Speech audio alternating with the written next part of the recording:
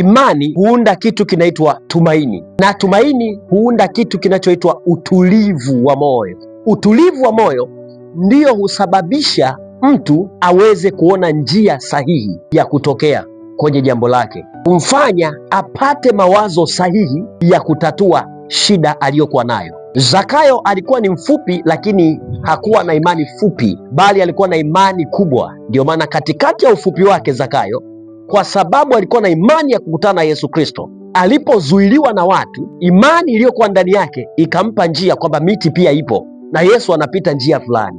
Alipofika kwenye mti, hakuona ukubwa wa mti, akaanza kupambana kupanda kwenye mti ili apate kukutana na Yesu Kristo.